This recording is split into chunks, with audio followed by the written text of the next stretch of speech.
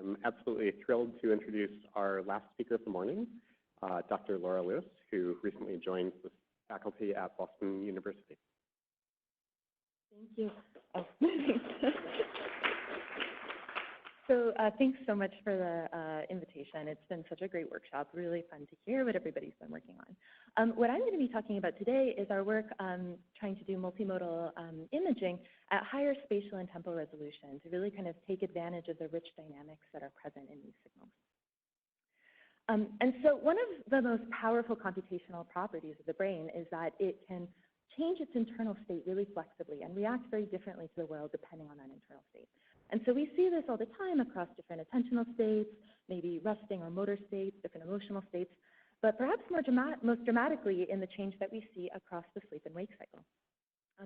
So we know that as we fall asleep at night, almost every aspect of cognition, behavior, and brain function changes. This diagram here shows a schematic of many of the really deep neuromodulatory structures that we know can control brain arousal states. And they tend to really project throughout the thalamus, the cortex, almost every region of the brain. So understanding sleep is a really enticing opportunity for us because it could give us a window into how the brain can be so flexible. How can it change its state so dramatically over time? But it also poses a real challenge for us because it reflects a change in brain activity that's really happening everywhere at the same time. And so we see all of these different dynamics that are all correlated with each other. And the real advantage of multimodal imaging is that you can measure many aspects of these at the same time. So there's many functional effects of sleep that we might be interested in. Of course, the major one is its cognitive effects. So both at the moment that you fall asleep, your perception of the world is very different. You might become unconscious. You might dream about all the wonderful bones and socks you discovered during the day. There's also a really dramatic shift in the electrophysiology of the brain during sleep. And this is actually conventionally the defining feature of sleep. We know what stage of sleep somebody is in by the appearance of these different rhythms in the EEG. This plot taken from Richie Brown's paper shows just an example of somebody transitioning into non-REM sleep. And you can see the transition as large slow wave events begin to appear, synchronized spindle events like we see here, and then eventually really deep, large slow waves. So these have been explored by researchers for a very long time. A more recent and interesting effect of sleep is that it's also really important for other aspects of just basic physiological brain health. So Mike and Nadergaard's lab has shown this really fascinating paper that there's this sleep-dependent clearance effect. So metabolic waste products, for example, things like amyloid, are removed from the brain at higher rates during sleep than they are during wakefulness. And so what our work is ultimately, in the long term, really aiming to address is to understand what's changing about cortical dynamics during sleep. I think understanding how this happens is going to be really important for understanding the cognitive consequences of sleep. We'd also like to better understand what's controlling the transitions between different brain states. And finally, we want to understand not just the neurons, but also the physiological effects of sleep. And so to do that, we need to be measuring many different things at the same time. So we need EEG to measure the rapid cortical dynamics that characterize sleep. But we'd also like to really understand what's happening in the very deep brain structures, such as thalamus and brainstem, that are inaccessible to EEG most of the time. And finally, we'd like to measure not just neural activity, but also non-neural physiological changes, such as the cerebrospinal fluid of the brain.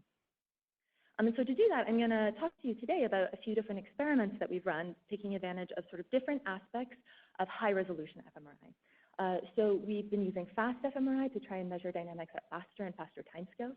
We've been using ultra-high field fMRI to try and really narrow in on these tiny, deep brain structures that are so important for controlling arousal. And we've also tried to use fMRI to image non-neuronal physiology as well. So to just address this first aspect, imaging dynamics during sleep, the challenge we ran into is that we didn't have a way to measure whole brain activity over timescales of hundreds of milliseconds. So conventionally, fMRI has been done in timescales of maybe 2 or 3 seconds, and it's typically been thought to represent a relatively low temporal resolution signal. High-density EEG and MEG can give you, wonderful millisecond scale resolution, but they can't usually measure spontaneous signals in things like the thalamus. And intracranial electrophysiology has been a really powerful approach for measuring cortical dynamics in humans. And occasionally you will even get a deep electrode in the thalamus in an intracranial patient, but that is quite rare. And in general, you won't have the kind of coverage that you would want to look at how these different systems are interacting together. So we wanted to explore how the development of rapid acquisition techniques over the past decade might enable us to measure faster dynamics using fMRI. And so the work that we use is using the simultaneous multi-slice fMRI approach, which instead of taking one image in a course of maybe 2 or 3 seconds as you have to sample each slice in a row, instead we'll measure from multiple slices of the brain simultaneously. So if you measure 8 slices at a time, you can go 8 times faster.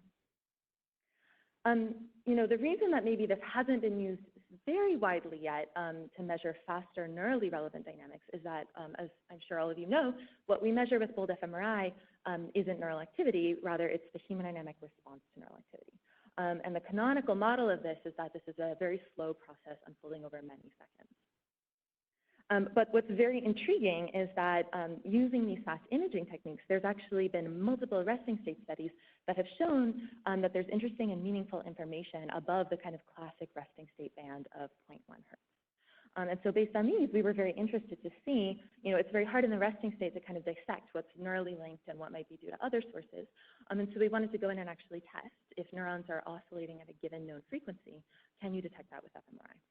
And so what we wanted to do was induce neural activity at specific oscillation frequencies, and then test whether the phase of the fMRI signal tracks indeed the phase of the neural oscillation that we induced. And as we were doing this, we realized that actually there's been hints for a long time that this may actually be possible, because back in 2000, Bannattini and Cox had already gone down to 0.25 hertz, a period of 4 seconds, and saw, even at that stage, kind of weak but detectable effects in this region, which is already really kind of pushing the boundary of what the canonical response would have told you was possible. So to drive firing rates in an oscillation that we control, we turned to the visual system, which is one of the best studied and understood systems in the brain. And primary visual cortex will fire at high rates when you present a high luminance contrast flickering stimulus. So we designed this stimulus that would become smoothly brighter and darker at a given oscillation frequency to drive neural activity going up and down at that same rate. So this is what our stimulus looks like. So it gets bright and then dark, neurons go up and then down. And we would present this in many, many, many runs. So our subjects were definitely slightly annoyed by it by the end of the experiment. But by changing this oscillation frequency, we could test exactly how small does the fMRI signal get as your neurons are changing faster and faster. So to do this, we did accelerated fMRI, really focusing on primary visual cortex. And we selected a functionally identified localizer in V1 that was strongly driven by our stimulus. And we just averaged the signals within this region and asked, are these locked to the stimulus that we're presenting? And so we started at 0.2 hertz, which is again sort of at the boundary of what should be possible. And we actually found a really robust signal in visual cortex that was entrained to our oscillation. So this made us ask whether we could actually push it further and go faster and faster. So ultimately, we tried this at a few different frequencies, and the fastest we went was at 70. We imaged the response to oscillations at 0.75 hertz. So now we're really seeing dynamics unfolding over hundreds of milliseconds, reaching this period of about a little over 1 second. And interestingly, the signals we measured here were actually an order of magnitude larger than was predicted by the canonical hemodynamic response model, suggesting that there really is, higher frequency information embedded inside the bold signal. So what's exciting about fMRI, of course, is that you can also measure not just in cortex, but in the thalamus as well. And we would expect to see the same effect in the lateral geniculate nucleus, which is the primary visual thalamus. So we replicated a study there. And what we found is that, again, we see these oscillations in V1, and we actually also see the same oscillations in LGN, even though it's this much deeper, much smaller, much noisier structure to measure from. In this case, we see a clear phase shift with thalamus happening first. I think this is really a hemodynamic effect. This is a much larger time difference than you would expect from any kind of neural delay. So it also points to the fact that it's important to take into account the local hemodynamic speed in any given brain region when trying to interpret the time scales of signals that you see.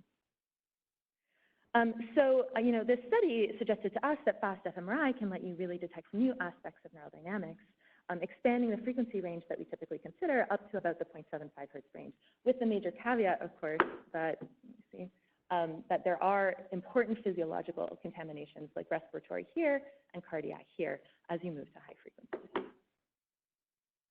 So using this, we wanted to ask whether these high frequency signals are also changing during sleep. We wanted to measure the EEG as people transitioned into sleep at the same time as we were measuring fMRI inside the scanner. So we took sleep-restricted subjects who'd slept only 4 hours the night before, and we put them in the scanner at midnight, and this really is pretty effective for causing people to fall asleep. In half the subjects, we had them just rest, and in half of them, we had them do a task where they would press a button every time they breathe in or out. And the goal of this was to have an additional kind of behavioral metric to confirm to us whether people were asleep or not. So using the EEG, we can score when somebody transitions into light sleep or into stage 2 sleep and watch what's unfolding in the cortical gray matter fMRI signal during that transition. And the first thing that you see very strikingly is this increase in the amplitude of cortical gray matter bold. And this has been shown many times before. This nicely replicates the work of Sabina Horowitz and Just Done. But because we're scanning rapidly now, we can actually take our kind of spectral analysis approach from EEG and bring it to the world of fMRI and ask whether this is just a purely kind of below 0.1 hertz signal, as people have been focusing on. And what we found is that if you normalize the spectrogram such that you're looking at relative change within each frequency band, we actually see that this is a really surprisingly broadband effect. As people transition into sleep, really locked to these behavioral changes, you see this increase not just in classic below 0.1 hertz bands, but really all the way up and up into these higher frequencies. And this seems to be very kind of strongly coupled to electrophysiological state in all of the people that we studied. We also found that this cortical gray matter oscillation that we saw in fMRI was tightly coupled to the slow delta power of the EEG, which is something that also begins to rise as people transition into deeper sleep stages. So Katie Chang showed her really amazing work in her talk on Wednesday in Just Dunn's lab, where she developed a template to decode what kind of electrophysiological state the animals were in based only on the kind of spatial pattern of bold signals. And so really inspired by her work, we wanted to ask, could you actually use the really fast, high-frequency content of the fMRI signal to also decode what kind of brain state somebody's in? So Stephanie Williams, who's a really talented research assistant in my lab, has built this decoding algorithm that, taking different kinds of spectral properties of the fMRI signal, can also, in fact, actually predict the electrophysiological states that subjects are in as they transition into sleep. And interestingly, her analysis of the model suggests that it's not just the low frequencies, but that there is actually also additional information present in the high frequencies that's helping with this decoding process. So based on all of this, we were really interested to see that there's this change in dynamics across wakefulness and sleep states. But another thing we really wanted to ask is, well, what's happening at the moment of transition between the states? Could we potentially gain insight into if there's specific circuits that are engaging as people are switching between different states? That's actually really hard to do as a transition into sleep because it's extremely gradual. A lot of the time, as I'm sure many of you know, as you're falling asleep, you kind of have this kind of very slow slip of reality. And it's hard to define any moment that's the switch into sleep. But often people actually will wake up quite suddenly. And so that moment of awakening gave us a foothold into understanding what's happening specifically around a transition. And what I think has been really interesting from the animal literature is showing that if you causally stimulate the thalamus, you can drive behavioral arousals and electrophysiological arousals, both in just a typical awake animal, also in people who have been in kind of profound neurological disorders or coma, and even in animals who are actually continuously under anesthesia. It's now been shown that you can awaken them or get arousals from anesthesia by doing thalamic stimulation. And so what we wanted to ask now is, well, now that we can image multiple thalamic nuclei at the same time, can we figure out what's happening across maybe a constellation of these when people awaken from sleep? And so this study is now being led by Beverly Setzer, who's a PhD student in the lab. And so one thing we noticed from our 3T imaging data is that every time that people woke up, you would see this inversion where the thalamus would activate right at the moment of arousal. And so again, we wanted to kind of go and dig into the thalamus, what is happening in the different nuclei at that point in time. And so to do that, we really wanted to move to EEG and fMRI at 7 Tesla. So imaging at this level of really small and spontaneous signals in these tiny deep brain structures can be really challenging at 3T. But many amazing engineers have been working on this problem of EEG-fMRI at 7T for quite a few years now, and it's very challenging. The EEG caps cause artifacts in the imaging, and the artifacts that you get in the EEG are just dramatically amplified when you're working at 7T. So to do this, we used the InkNet, which is using this technology developed by Giorgio Balmassar and published in their previous paper, where essentially the typical wires that you would have been replaced by printed conductive ink leads. And this major reduction in the amount of metal in the scanner leads to really beautiful image quality, even when the EEG cap is applied. We've also integrated many different approaches for signal processing to clean up the EEG at 7T, which really requires kind of additional measures above and beyond what you would do at 3T. And as validation, we kind of just assembled all of these pieces together, and we wanted to make sure, can we see EEG signals at 7T that we expect? Can we see the fMRI signals at 7T that we expect? And so in this case, we just presented a typical block design 12 Hertz flickering checkerboard to make sure we could see 12 Hertz EEG and to make sure we could see focal small thalamic signals driven by a visual stimulus. And indeed, you can see even though this power spectrum of the raw EEG in blue is completely uninterpretable, once we clean it up, we do recover this focal 12 Hertz peak locked to our 12 Hertz flickering visual stimulus. So we are recovering EEG, and again, this is a power spectrum, so this didn't require many trial averaging, which is important for studying sleep because we never get trials that you can average. We also checked that our visual stimulus was still driving small thalamic signals that we could clearly detect, and so we indeed found that in a single 4-minute run, we can really clearly see that this induced EEG rhythm is also associated with the expected activation in the LGN. So using this now, we wanted to go look at what's happening in different nuclei of the thalamus. And we used the automated segmentation method developed by Iglesias et al. But we also have done some manual segmentations to kind of confirm that things look pretty much the same. To start, we're really just focusing on a few of the relatively larger thalamic nuclei that we felt confident that we were able to separate in the data set that we had. So the LGN, which is a first order visual nucleus. The pulvinar, which is a higher order visual nucleus with important roles in things like attention. And then the mediodorsal nucleus, which is a very higher order frontally associated nucleus that's really thought to be important for things like attention and arousal. And so what we did is we used the EEG to identify the moment of awakening from sleep. And we locked our fMRI signals in a handful of different regions to this awakening marked here in the dashed line in black. And so we tended to see, relatively small dips in most of the cortex, but most profoundly in the visual cortex, locked to an awakening. But what was really striking is that when we looked at these different thalamic nuclei, we saw completely different profiles of activity across the different nuclei. So you can see here that the mediodorsal nucleus has this very strong activation locked to awakening, whereas more first-order nuclei, such as the LGN, seems to show actually a suppression of activity at awakening, which is probably linked to the fact that we actually asked our subjects to keep their eyes closed. And so if they wake up and their eyes are closed, they may kind of continue to suppress these visual systems. What I thought was really interesting is if you look at these in closer detail locked to awakening, the timing of this mediodorsal thalamus signal suggests that it actually activated before awakening. This is still a hemodynamic response, and you can see it's already really at this high level at the moment of awakening, suggesting that the neural activity began to increase even before awakening, whereas the LGN signal looks much more consistent with a kind of once the people are awake, then we see the suppression. And so this suggests that both kind of ultra-high field MR and fast MR can give you the opportunity to understand how relative dynamics across these structures are also changing, locked to these major changes in electrophysiological state. Okay, so kind of shifting gears, we've been really interested in the Thalamocortical systems involved in sleep and their role in electrophysiology, but we also would like to understand why is this the same state that has all of these effects on fluid dynamics in the brain. And so there's been lots of really interesting work at the kind of microscopic scale showing that there's clearance and movement of these very small structures.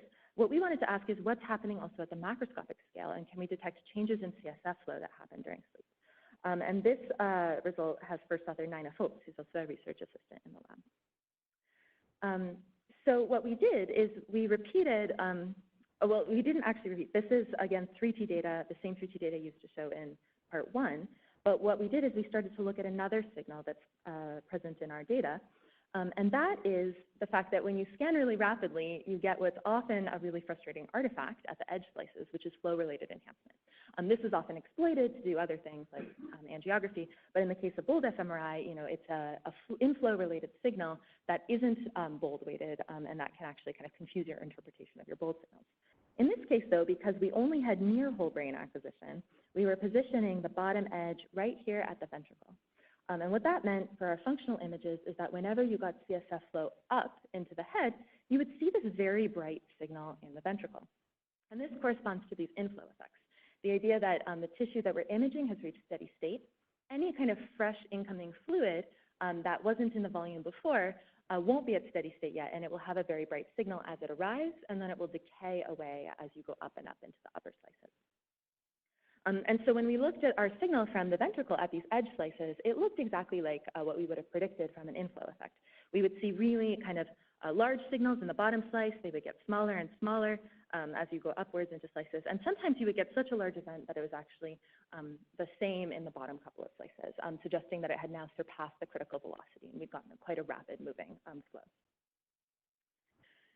So using this, we now contrasted what happens in sleep versus in wakefulness in the CSF. And when we did this, looking at the CSF dynamics, we immediately saw that when people are asleep, there are these really large waves of CSF flow to the brain that don't seem to appear during wakefulness. In wakefulness, we saw what's been reported by many groups before, which is the synchronization of each kind of breath cycle of the respiratory rhythm to the CSF flow. And it's harder to see, but of course there's also cardiac associations with the CSF as well. But when people fell asleep, we started to see these really large, slow waves of CSF. In general, these were happening pretty infrequently, so we would get one maybe every 20 seconds or so, and we would consistently see that this would increase quite a bit in sleep relative to wakefulness, to the point where it actually sometimes became easier to tell if somebody was asleep by just glancing at their CSF than it was from all of the EEG we had laboriously collected. So when we looked at the CSF relative to the bold signal, which we did because hemodynamics has been, frequently proposed as a potential mechanism for moving CSF in the brain, we found that the bold signal was actually anti-correlated with these CSF waves. And kind of more specifically, what it was really tightly correlated with was that the CSF looked almost exactly like the negative derivative of the bold signal, especially if we thresholded at 0, which is consistent with the fact that we only can measure flow in, we can't actually measure flow out. So based on this, this really suggests that what we're seeing is what people expect should happen because of constant intracranial volume. If blood flows out of the head and blood volume decreases, it makes sense that CSF would in turn flow into the head and kind of fill that gap in space that we see. But we also wanted to understand what was happening in the neurons relative to these waves of CSF. And so when we triggered all of these CSF flow waves at the peak of this signal, we saw that indeed it's associated with this decline in the bold signal, but seconds beforehand, it's also associated with a slow wave event that's happening in the EEG. So this is showing kind of the slow wave delta power. This captures things like slow waves, K complexes, and these consistently had occurred prior to this wave of CSF in that we observed. And in general, if we tried to kind of just deconvolve an impulse response linking these two things, we saw these flows of CSF about 6 seconds later than we would see the EEG slow waves. And this kind of is reminiscent of a hemodynamic response function. We know from many years of research that when you see a slow wave in the EEG, there's a neural suppression across a really massive expanse of cortex. It's a really profound decline in neural activity.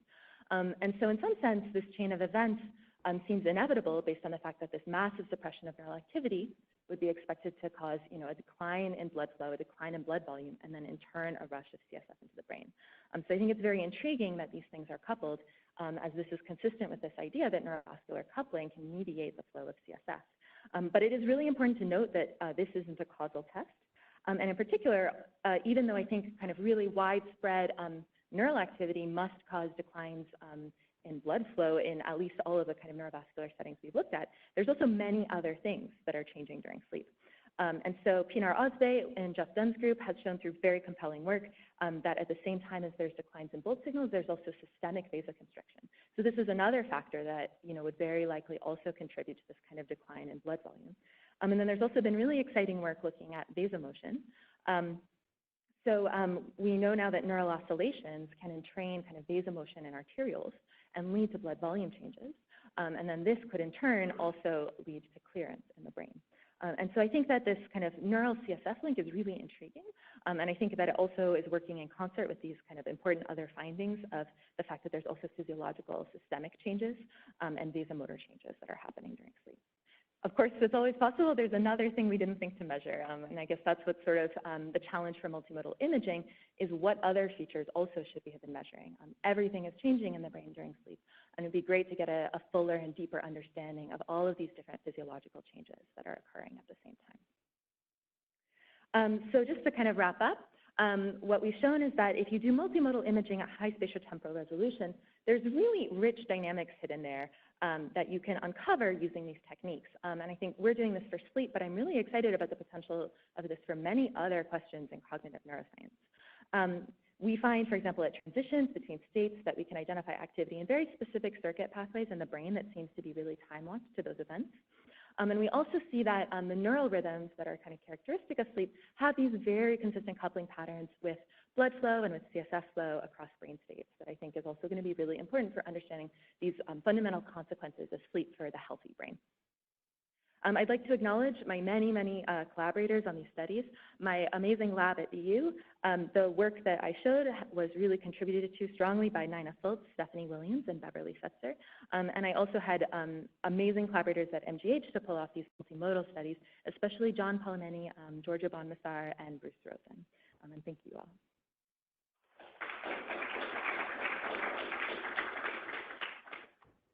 We have time for a few questions. Please use a microphone either on the side of the room or if you're at the table.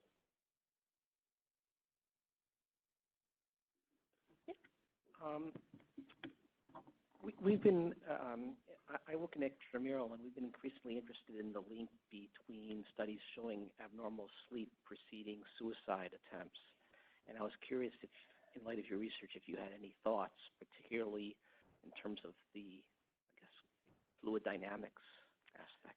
It's such a great question. We're actually starting a study in patients with depression right now. I don't know yet at all what this could mean for that. I think, you know, we certainly know that sleep is really consistently disrupted in depression, especially there's often fewer slow waves in depression. So I think it's going to be really important to understand the kind of other consequences of that for physiology. But I just don't know at this stage, what might be specifically different in those patients. I think it's going to be really important to do that study.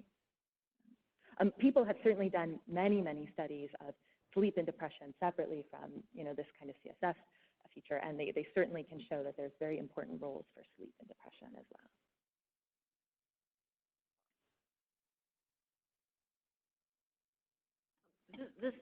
This is just a technical comment. Yep. Beautiful piece of work, by the way.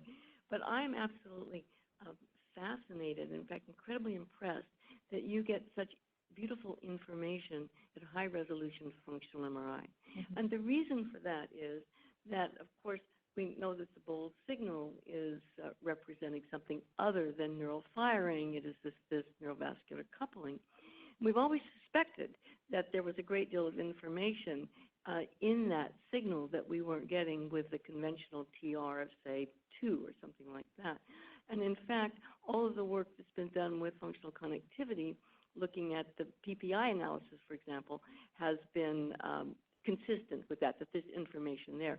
But the fact that you can actually acquire at 367 milliseconds and see that you have really valuable information there is really encouraging. I think it fundamentally suggests that there's a gold mine of information there that we haven't been able to capture before now. I totally agree. I mean, I would love to see this be taken up in other kinds of neuroscience questions. The major caveat is these signals are very small. So the y-axes on the plots that I show have to be taken into account. So I think we will probably need more data when trying to look at faster and faster signals, and to very kind of carefully take into account other kind of noise properties of those frequencies. But I definitely agree. I mean, there's faster information there, and to look at that in kind of naturalistic settings, social interactions, and other kinds of questions, I think would be super interesting to do, and I'd be very excited to see it happen.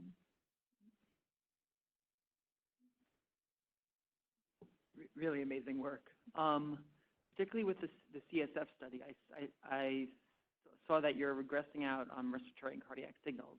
Yep. But I'm curious, did you also look at if those vary systematically with the CSF signal at all, and have you considered Untitled CO2 also as a potential? So I totally wish we'd gotten CO2. Yeah, when I saw Molly's talk, I was like, oh, why didn't we do this? I'm definitely going to try to do it in the future. We didn't have CO2. it's been known for a long, long time that whenever you see a slow wave, there's certainly a change in physiology as well. I think Pinar's work has really kind of clearly and elegantly shown that there are systemic physiological associations with the K complex and in turn with the bold signal. These things always go hand in hand for sure.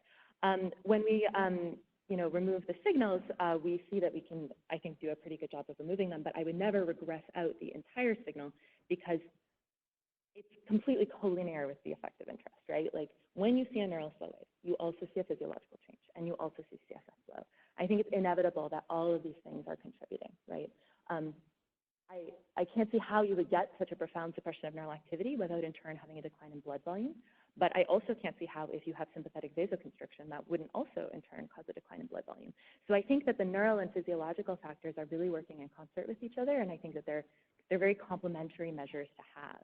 What's going to be very cool is to see the animal work coming out that tries to kind of causally manipulate just one part of the system. Because in people, they're kind of inevitably going together. And based on kind of the conference objects I've seen, it really seems like either of these can causally drive it. You can just induce, Suzanne Van Velu has presented really interesting conference abstracts showing that you can induce a neural oscillation and in turn cause changes in blood volume and clearance.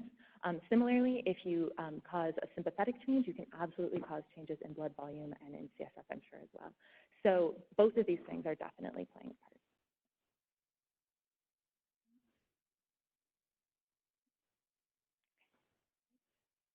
Okay, let's thank our speaker once again.